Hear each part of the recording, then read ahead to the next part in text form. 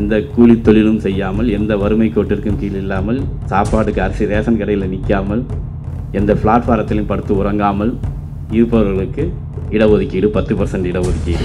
உயர் ஜாதியினருக்கு அவங்க ஃபிக்ஸ் பண்ணி வச்சுருக்க ரேட்டு அமௌண்ட்டு நிர்ணயம் வந்து 8 லட்சம் ரூபாய். மற்ற சமுதாய அனைவருமே இப்போ 2.5 லட்சத்துக்கு நம்ம 2 லட்சத்துக்கு மேலே போனால் நம்ம இன்கம் டேக்ஸ் கட்டே ஆகணும்.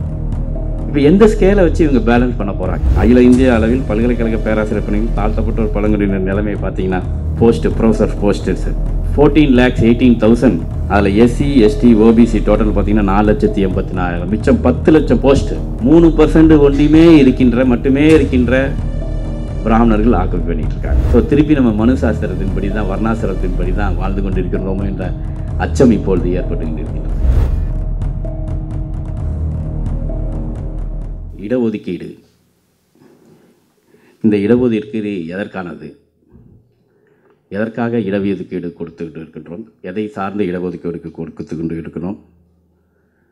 இதை பயன்பெறுபவர்கள் யார் என்ற விவாதத்தினை நாம் நோக்கி முன்னேறி போக வேண்டியது இருக்கின்றது. இடஒதுக்கீடு என்பது பல ஆயிரம் வருடங்களாக ஜாதியின் அடிப்படையில் மக்களை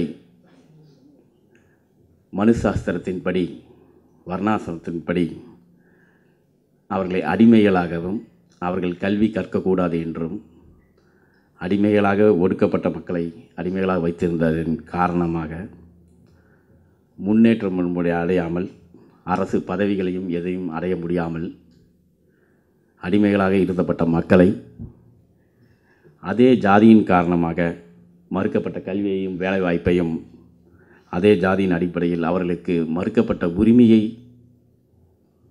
கொடுப்பதற்காக அமைக்கப்பட்டது தான் இடஒதுக்கீடு.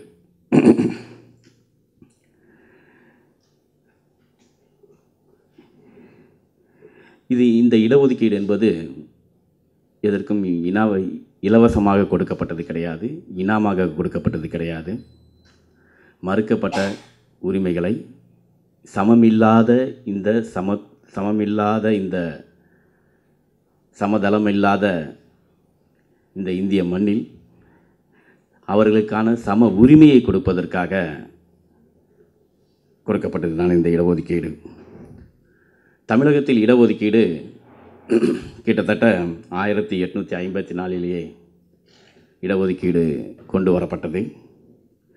கிட்டத்தட்ட அந்த ஆங்கில அரசால் ஜியோ நம்பர் 128, 127 என்ற பெயரில் இடஒதுக்கீடு வழங்கப்பட்டது. அதற்கு பிறகு 1920 நீதி கட்சி ஆட்சிக்கு வந்த பிறகு அவர்கள் இயற்றிய சட்டங்களால் அனைத்து சாதியினருக்கும் இடஒதுக்கீடு வழங்கப்பட்டது அனைவருக்கும் தெரியும். அதில் 44% பிராமணர் அல்லாதவர்களுக்கும், 16% பிராமணர்களுக்கும், அதேபோல் 16% முஸ்லீம்களுக்கும், 16% கிறிஸ்டின், ஆங்கிலோ இந்தியன் போன்றவர்களுக்கும், 8% பட்டியலின மக்களுக்குமாக 1921 தமிழகத்தில் இடஒதுக்கீடு கொண்டு வரப்பட்டது. அதற்கு பிறகு சுதந்திரத்திற்கு முன்பாக மத்திய அரசில் 1943 8.33% இடஒதுக்கீடு பட்டியலின மக்களுக்காகவும், பின்பு அது திருத்தப்பட்டு 1947 சுதந்திரப்பட்டது 12.5ஆகவும் இடஒதுக்கீடு வழங்கப்பட்டது. அரசியலமைப்பு சட்டத்தில் 16(4) கல்வியில் மற்றும் வேலைவாய்ப்பில் இடஒதுக்கீடு வழங்கப்பட்டது. அது பிராமணர்களின் எதிர்ப்பால், பர்டிகுலராக சென்னையில் இருந்த பிராமணர்களின் எதிர்ப்பால் அது திருத்தம் செய்யப்பட்டது 1951 15/4. தென் அதற்கு பிறகு மண்டல் கமிஷன் வந்தது என்று நமக்கு அனைவருக்கும் தெரியும். ஆனால் நாம் இங்கு சொல்ல வேண்டியது என்னவென்றால், அரசியலமைப்பு சட்டத்தில் 340 பிரிவில் மிக தெளிவாக பதியப்பட்டது, நீண்ட விவாதங்களுக்கு பிறகு பதியப்பட்டது. உறுப்பினர்கள் அனைத்து மேல் சபை உறுப்பினர்கள் அனைத்து சம்மதத்தோடும் பதியப்பட்டது. Socially and educationally. அப்போதைய பாராளுமன்றத்தில் சில உறுப்பினர்களின் பொருளாதாரத்தையும் அதில் சேர்க்க வேண்டும் என்ற கோரிக்கை எழுந்தபோது நேரு அவர்கள் தலைமையில் இருந்த அரசு அதை மறுத்தது. அது தேவையில்லாத விவாதங்களையும் குழப்பத்தையும் விளைவிக்கும். இந்த அளவுகோல் சரியானதாக இருக்காது அப்படிங்கிற பேச்சில் அந்த பொருளாதாரம்ங்கிற வேட்டையை எடுத்துவிட்டு சோசியலி அண்ட் எஜுகேஷனலிங்கிற அந்த சொற்றொடரை தான் பயன்படுத்தினாங்க. கிட்டத்தட்ட அதற்கு அந்த பொருளாதாரம்ங்கிறத அந்த சொற்றொடரை சேர்க்கணும்னு சொன்னதுக்கு ஆதரவாக ஒரு 5 பேர் தான் இருந்தாங்க. பொருளாதாரத்தை சேர்க்கக்கூடாது என்பதற்காக கிட்டத்தட்ட 243 பேர் அன்றைக்கு பதிவு செய்தார்கள். ஆக கான்ஸ்டியூஷனில் எழுதுகிறப்பயே அதை க்ளீனாக எழுதியிருக்காங்க, சோசியலி எஜுகேஷனலி அப்படிங்கிறது. அதன் முதல் திருத்தம் வந்தப்போ கூட அந்த வேர்டை அவங்க மாற்றவே இல்லை. முதல் திருத்தம் 1951 வந்தப்போ கூட அந்த 15/4 அதே வார்த்தைகள் தான் யூஸ் பண்ணியிருக்காங்க. எந்தவித மாற்றமும் இல்லாமல் சோசியலி அண்ட் எஜுகேஷனலி. ஸோ இது கான்ஸ்டியூஷனில் நடக்கிறப்ப பாபாசாஹேப் அம்பேத்கர் இருந்த இதில் நேரு தலைமையில் நடைபெற்ற கூட்டங்கள். அதற்கு பிறகு நரசிம்மராவ் அவர்கள் 10% இடஒதுக்கீடு வேண்டும் என்று சட்டம் இயற்றின போது 9 நபர் கொண்ட உச்சநீதிமன்றம் இந்திரா சாஸ்னி அவங்க கேஸில் அவங்களும் க்ளீனாக சொல்லியிருக்காங்க. 13/1, 14, 15, 15/4 இதெல்லாம் உயர் சாதியினருக்கு 10% இடஒதுக்கீடு செல்லாது என்று திட்டவட்டமாக அவர்கள் கூறியிருக்கிறார்கள். இப்போ நம்ம பார்க்க வேண்டியது எதற்காக இந்த இடஒதுக்கீடு? ஒடுக்கப்பட்ட மக்களுக்காக தான் கொடுத்தாங்க. எதிர்நாள் மறுக்கப்பட்டதோ சமதளத்தை சமமாக நிறுவனங்கிறதுக்காக தான் கொடுக்கப்பட்டது. ஆனால் இப்போதைய அரசு 10% இடஒதுக்கீடு கொடுத்திருக்கிறது. எதற்காக? அவர்கள் ஒடுக்கப்பட்ட மக்கள், உயர் சாதியினரில் வறுமை கோட்டில் கீழ் இருப்பவர்கள். இந்த உயர் சாதி வறுமை கோட்டில் இருப்பவர்கள் எங்கேயும் நம்ம காய்கறி கடையில் பார்த்ததில்லை, காய்கறி விற்றது கிடையாது, பிளாட்ஃபார்மில் எங்கேயும் பார்த்ததில்லை, பூணூல் போட்டுட்டு யாருமே பிளாட்ஃபாரத்தில் படுத்தது கிடையாது, யாரும் மலம் அள்ளுறது கிடையாது, இரட்டை கோலை முறை யாரும் அவங்க பக்கம் கடைபிடிக்கிறது இல்லை. இது மாதிரி ஒரு சூழ்நிலை தான் இருக்குது. யாராவது கொத்தனாராக வேலை செய்கிறாங்களா? யாராவது மூட்டை தூக்குறாங்களா? அப்படி எந்த வித இதுவுமே கிடையாது. சாக்கடை வெல்றாங்களா? இல்லை ஏர் பிடிக்கிறாங்களா?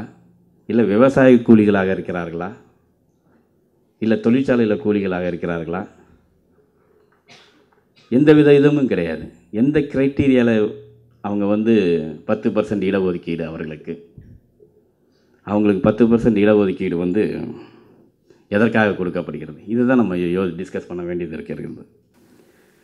ஏன்னா இந்த நாட்டில் சமூகத்தில் ஏற்றத்தாழ்வுகள் இருப்பதினால் அந்த ஏற்றத்தாழ்வை போக்குவதற்காக தான் இந்த இடஒதுக்கீடு. இன்னமும் மலமல்லி கொண்டு தான் இருக்கிறார்கள். கார்ப்பரேஷனில் சொல்லிட்டாங்க எல்லாம் மிஷினரைஸ் பண்ணணும் அப்படின்ட்டு. மலமல்லும் தொழிலாளிகள் வாரத்துக்கு ஒருத்தர், நாளுக்கு ஒருத்தர் இறந்து கொண்டு தான் இருக்கிறார்கள். இன்னும் இரட்டை கோலை முறை இருந்து கொண்டே தான் இருக்கின்றது, மாற்ற முடியவில்லை. ஆணவ கொலைகள் தொடர்ந்து நடந்து கொண்டிருக்கின்றன. இந்தியா முழுக்கையும் நடந்து கொண்டிருக்கின்றன. தமிழகத்தில் ஒன்றும் கிடையாது. துணைவேந்தர் பதவி, பேராசிரியர் பதவி அனைத்துமே ஜாதியினால் தான் இங்கே கட்டப்பட்டு இருக்கிறது, நிர்வகிக்கப்படுகிறது. இதுவரைக்கும் சென்னை பல்கலைக்கழகத்திலும் சரி, எந்த பல்கலைக்கழகத்திலும் சரி, பொது பிரிவில் எந்த வித பட்டியலின ஆசிரியருக்கு யாருக்கும் வேலை கிடைத்ததே கிடையாது. பேராசிரியர்கள் அவர்கள் இருக்கிறாங்க, தெரியும். ஸோ அது மாதிரி ஒரு சூழ்நிலை தான் இருக்கின்றது இங்கே தமிழகத்திலும் இந்தியா முழுக்க. தமிழகத்திலாவது அந்த 18% இடஒதுக்கீடாவது அமல்படுத்தி கொண்டிருக்கிறோம். ஆனால் நிறைவேற்றிருக்கிறதா என்றால் கிடையாது. எஸ்சிக்கு இருக்கின்ற 18% கிட்டத்தட்ட 6% ஒன்றி தான் இன்றைய வரைக்கும் நிறைவே கொண்டிருக்கின்றது. பேக்வேர்டில் எம்பிசிலையும் சரி, எம்பிசி பேக்வேர்டு கம்யூனிட்டிலும் சரி, இது வரைக்கும் 9% தான் ரிசர்வேஷன் ஃபில்லப் ஆகிருக்கு. அப்போ மிச்சதெல்லாம் எங்கே போணுச்சு? அதுதான் இப்போ கேள்வியாக இருக்குது. இது தமிழ்நாட்டின் நிலவரம் தான். ஆனால் இந்தியா முழுக்க நிலவரம் பார்த்திங்கன்னா நம்ம ஐஐடி போதும். ஐஐடியில் ஒரு சின்ன சாம்பிள் போதும். பேராசிரியர்கள் எத்தனை பேர் இருக்கிறாங்கன்ட்டு கிடையாது. ஜவஹர்லால் நேரு யூனிவர்சிட்டி கிடையாது. எஸ்சி பேராசிரியர்கள் கிடையாது, எம்பிசி பேராசிரியர்கள் கிடையாது. ஆனால் நம்ம காலங்காலமாக தமிழ்நாட்டில் 1854 தமிழ்நாட்டிலேயே ஃபாலோ பண்ணிட்டோம். இந்தியா முழுக்க கிட்டத்தட்ட 65 வருடங்களாக நம்ம சமூக நீதிக்காக பாடுபட்டு கொண்டு இருக்கின்றோம். எந்த வித இதுலேயுமே கிடையாது. சீஃப் செக்ரட்டரியாக இருக்கட்டும், அவ்வளோ டேட்டா வந்துக்கிட்டே இருக்குது. ஸோ அப்போ யாருக்காக இடஒதுக்கீடு? ஒரு 3% இருக்கிற மக்களுக்காக, பார்ப்பனர்கள் கிட்டத்தட்ட இந்தியா முழுக்கும் 70லிருந்து 90% இருக்கின்ற வேலை வாய்ப்புகளை பெற்றுக்கொண்டிருக்கின்றார்கள். ஆனால் நம்ம அரசு வேலை வாய்ப்பு என்பது 5% தான், 2%லேருந்து 5% தான் அரசு வேலை வாய்ப்பு. மிச்சது எல்லாமே ப்ரைவேட்டைசேஷன். ப்ரைவேட்டில் இடஒதுக்கீடு கிடையாது. உலக நாடுகள் அனைத்திலுமே இடஒதுக்கீடு இருக்கின்றது. கருப்பர்களுக்கான இடஒதுக்கீடு எல்லா துறைகளிலும் இருக்கிறது. அரசு நிர்வாகத்தில் ஒன்றும் கிடையாது, ப்ரைவேட்லேயும் இருக்குது. என்னென்ன பெரிய பெரிய இண்டஸ்ட்ரீஸ் இருக்கோ அனைத்து துறைகளிலும், தனியார் துறைகளிலும் இடஒதுக்கீடு இருந்து கொண்டு தான் இருக்குது. அமெரிக்காவில் இருக்கிற எம்என்சி அவங்க அங்கே இடஒதுக்கீடு கொடுக்குறாங்க, ஆனால் இங்கே இடஒதுக்கீடு கிடையாது. இதுதான் ஒரு சூழ்நிலை. இடஒதுக்கீடும் கிடையாது, இடஒதுக்கீடு முழுமையாகவும் கிடையாது. ஆனால் எந்த பிராமணரால் படிக்காமல் இருக்கிறாரா? எந்த பிராமணரால் கையெழுத்து போடாமல் தெரியாமல் இருக்கிறாரா? அப்படியே படித்த வேலை இல்லாட்டினா கூட அவரோட உறவினர்கள் விட்டுறார்கள், தம்பி, அண்ணன், தம்பி யாரோ வடநாட்டிலாவது இருப்பார்கள் அல்லது வெளிநாட்டிலாவது இருப்பார்கள். அவர்களுக்கான இடஒதுக்கீடு, அதுக்கு மாதம் 66,000 ரூபாய் வருமானம், 5 ஏக்கர் நிலம். ஒரு ஸ்கேல் வைக்கிறாங்க, எந்த அளவுகோல் வைக்கிறாங்க? இப்போ நம்மக்கிட்ட தமிழ்நாடு கவர்மெண்ட்டாகவும் சரி, தமிழகமாக இருந்தாலும் சரி, மத்திய அரசாங்கம் சரி, பட்டியல் இனத்துக்குன்னு பட்டியல்கள் இருக்குது, 26 கம்யூனிட்டி.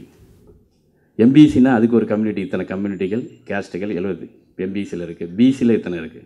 உயர் ஜாதியினர் எவ்வளோ பேர் இருக்காங்கன்னு ஒரு லிஸ்ட் இருக்காங்கன்னா கவர்மெண்ட்டில் கிடையவே கிடையாது. மத்திய அரசிலும் சரி, தமிழக அரசிலும் சரி, உயர் ஜாதியினர் இவர்கள் தான் உயர் ஜாதியினர் அப்படின்ட்டு இல்லை டேட்டா இருக்கா? குவாண்டபிள் டேட்டா கிடையவே கிடையாது. அப்போ இது யாருக்காக கொடுக்க போகிறார்கள்?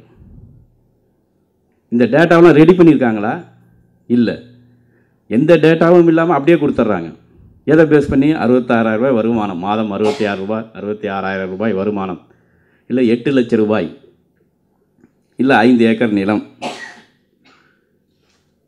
நண்பர்களே, நாம் யோசிக்க வேண்டியது, ஒடுக்கப்பட்ட மக்கள் டிமானிட்டைசேஷனாக இருந்தால் சரி, இந்த பொங்கலுக்கு 1000 ரூபா கொடுக்குறேன்னு சொன்னோன்னே ஒவ்வொரு ரேஷன் கடையில் நின்னாங்க பாருங்கள், மக்கள் க்யூவாக நின்னாங்க.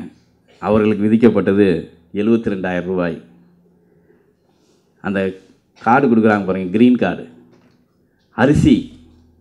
அரிசிக்கு நம்ம வச்சிருக்க அளவுகோல் 72,000 ரூபாய். அரிசி வாங்கணும்னா, இல்லைன்னா 72,000 75,000 ரூபாய்க்கு மேல் நீங்கள் மாத வருமானம் இருந்தால் அரிசி கிடையாது. ஒருத்தருக்கு மாதமே 66,000 ரூபாய், ஒருத்தருக்கு வருடம் ஃபுல்லாகவே 72,000 ரூபாய். எந்த நாட்டில் இருக்கிறோம்? சமமான சமூக நீதி இருக்கிற நாட்டில் இருக்கின்றோம்? கிடையாது. மாணவர்கள் இங்கே இருக்கிற சிலம்பம் எல்லாத்தையும் கொண்டுட்டு போய் கண்ணகி நகர் செம்மஞ்சேரியில் வச்சாங்க. அங்கேருந்து வரணும்னா பஸ் பாஸ் வேணும். அந்த பஸ் பாஸுக்கு 72 ரூபாய், 72,000 ரூபாய் ஆண்டு வருமானம் இருந்தால்தான் பஸ் பாஸ் கிடைக்கும். அதற்கு மேல் இருந்தால் பஸ் பாஸ் கிடைக்காது. அது ஒண்டியுமா? மாணவர்கள் ஸ்காலர்ஷிப், SC ST ஸ்காலர்ஷிப், பெற்றோருக்கு 10th 12thலன்னா 1,20,000 ரூபாய் வருமானம்.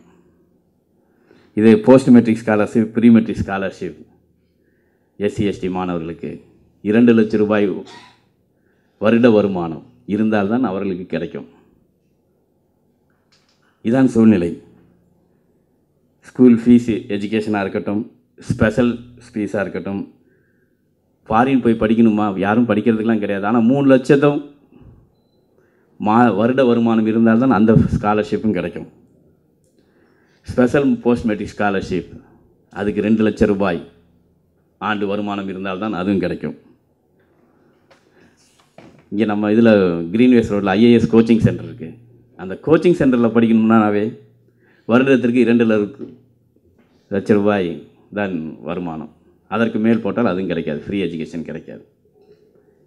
SC STக்கு ஒன்றியும் தான் கிடையாதுன்னு இல்லை, BC MBC மைனாரிட்டிஸ் அவங்களோட நிலைமை அதே நிலைமை தான். 10வது 12வதுக்கு 1 லட்சம் ரூபாய் BC MBCக்காக இருந்தாலும் சரி. அதே இது pre matriculation scholarship or post matriculation scholarship or PG degree எல்லாத்துக்குமே 2 லட்சம் தான் ஆண்டு வருமானம். ஆனால் ஒருத்தருக்கு வந்து நம்ம 8 லட்சம் ரூபாய் வருமானம், அவர்களுக்கு வறுமை கோடு அது 8 லட்சம் ரூபாய். எந்த தொழிலும் செய்யாமல், எந்த கூலி தொழிலும் செய்யாமல், எந்த வறுமை கோட்டிற்கும் கீழ் இல்லாமல், சாப்பாட்டுக்கு அரிசி ரேஷன் கடையில் நிற்காமல், எந்த பிளாட்ஃபாரத்திலும் படுத்து உறங்காமல் இருப்பவர்களுக்கு இடஒதுக்கீடு 10% இடஒதுக்கீடு. இந்த இடஒதுக்கீடை வந்து மோடி அவர்கள் ஆண்ட குஜராத் மாநிலத்திலேயே தடுத்து நிறுத்திவிட்டார்கள். 2016 குஜராத் அரசு கொண்டு வந்த இடஒதுக்கீடு 10% இடஒதுக்கீடு. தயாராம் வர்மா விசஸ் குஜராத் மாநில அரசு 4/8/16 அன்று அந்த கேஸை தள்ளுபடி செஞ்சிச்சு. இடஒதுக்கீடு பொருளாதார அடிப்படையில் கொடுக்க முடியாது என்று. எதை வச்சு பொருளாதாரத்தில் அடிப்படையில் கொடுக்க முடியும்? அதுதான் கேள்வி. வீட்டில் 4 பேர் இருக்கலாம், 4 பேரில் ஒருத்தர் ஐஏஎஸ் ஆகலாம், ஒருத்தர் கண்டிப்பாக படிக்காமே இருக்கலாம். அதை எப்படி நம்ம பொருளாதாரத்தில் இடஒதுக்கீடு கொடுக்க முடியும்? அதே இது அடுத்த ஜென்ரேஷனில் அவங்க படித்து வரலாம். ஏன்னா கல்வியும் வேலை வாய்ப்பும் சமதர்மத்தில் இல்லை இன்றைய வரைக்கும். அதே ஒரு சூழ்நிலை தான் இருந்துக்கிட்டு இருக்கு. நல்லா பார்க்கலாம், நம்மளுக்கு சமமாக இருக்கிறோமா? இல்லை. பீகார் சீஃப் மினிஸ்டர், இதுக்கு முன்னாடி இருந்த சீஃப் மினிஸ்டர் கோயிலுக்கு போனாலும் அந்த கோயிலையே க்ளீன் பண்ணாங்க. இன்றைக்கும் அதே கேள்வி தான். ஜாதி இருக்கிறதா? இன்றைக்கும் இருக்கின்றது தான். இல்லாமல் போயிடுச்சா 65 வருடங்களுக்கு? ஏன் அவர் இப்போ இருக்கிற நமது பிரசிடெண்ட் அவர்களுமே கோயிலுக்குள்ளார போக முடியல, கோயிலுக்கு வெளியே தான் நிற்கிறார். அவரோட நிலைமையிலிருந்து தான் நம்ம பார்க்க வேண்டியது இருக்குது. ஜாதி இருக்கிறதா? அப்போ யாருக்கான இடஒதுக்கீடு? இந்த இடஒதுக்கீடு யாருக்காக? மேல்தட்டு மக்களுக்காகவா? இதனால் பாதிப்பது யார்? இதனால் பாதிக்கப்படுவது யார்? கிட்டத்தட்ட நம்ம தமிழகத்தில் வந்து 69% இடஒதுக்கீடு இங்கே நம்ம இம்ப்ளிமெண்ட் பண்ணியிருக்கோம். SC 15%, SCA 3%, ST 1%, MBC 20, BC 30, டோட்டலாக 69% இடஒதுக்கீடு நாம் நிறைவேற்றி கொண்டிருக்கின்றோம். இதில் இந்த பொது பிரிவான 31%, அதில் தான் இப்போ 10% அவங்க கேட்டுக்கிட்டு இருக்காங்க. இதில் பார்த்தீங்கன்னா, ஏன்னா என்னோட அனுபவத்தில் சொல்கிறேன், இப்போ கல்லூரிகளெல்லாம் நான் 40 சீட்டு 50 சீட்டு 60 சீட்டு பிகாம்லேயோ பிஎஸ்சிலையோ எல்லாத்துலேயுமே 50 சீட்டு 60 சீட்டு எல்லாம் போடுவாங்க. நான் இருக்கின்ற சென்னை பல்கலைக்கழகத்தில் பார்த்தீங்கன்னா ஓன்லி பிஜி ஒண்டி தான் இருக்குது, மாஸ்டர் டிகிரி ஒண்டி தான் இருக்குது. சில டிபார்ட்மெண்ட்டில் 20 சீட்டு, சில டிபார்ட்மெண்ட்டில் 10 சீட்டு தான் sanctioned post. Botany, zoology, economics சில இதில் வந்து 20 சீட்டு தான், பயோகெமிஸ்ட்ரி 20 சீட்டு தான். சில ஸ்பெஷலைஸ்டு கோர்சஸ் இருக்குது, நியூக்ளியர் ஃபிசிக்ஸ், தியரட்டிக்கல் ஃபிசிக்ஸ், அதெல்லாம் 10 சீட்டு தான். இந்த 10 சீட்டை எப்படி கால்குலேட் பண்ணுவீங்க? அதுதான் இப்போ இங்கே பெரிய பிரச்சனையாக இருக்குது. பிசிக்கு 3, எம்பிசிக்கு 2, எஸ்சி 2, ஜிடிக்கு 3.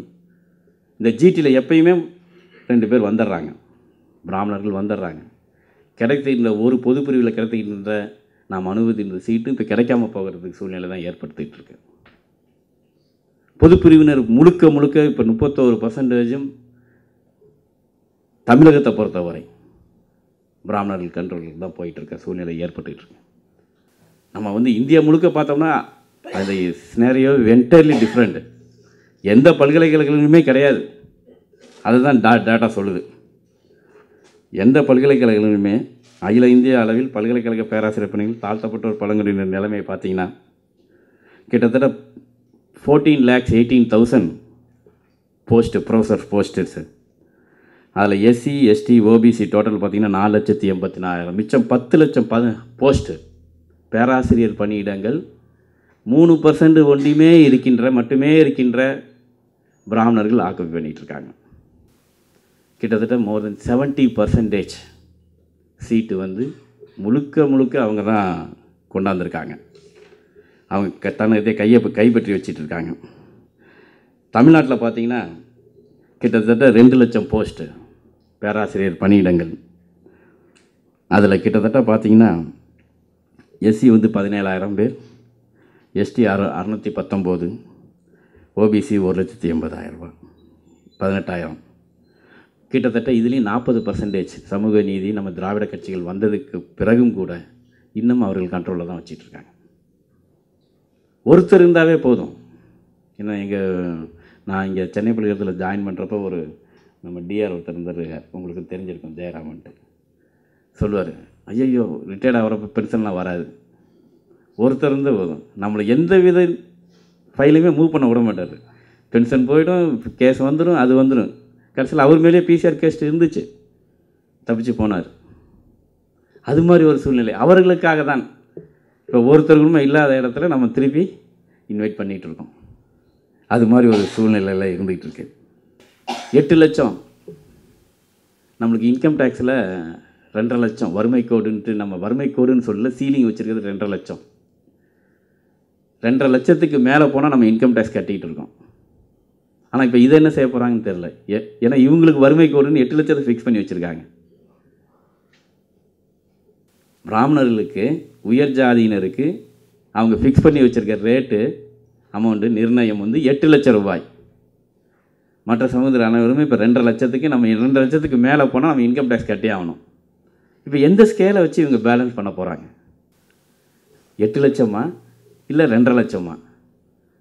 இல்லை அரிசி வாங்குறது இந்த 72,000 75,000மா இல்லை இந்த 8 லட்சமா? எது வறுமை கோட்டிற்கு கீழ் இருக்கிறது? வறுமை கோடுனா என்ன?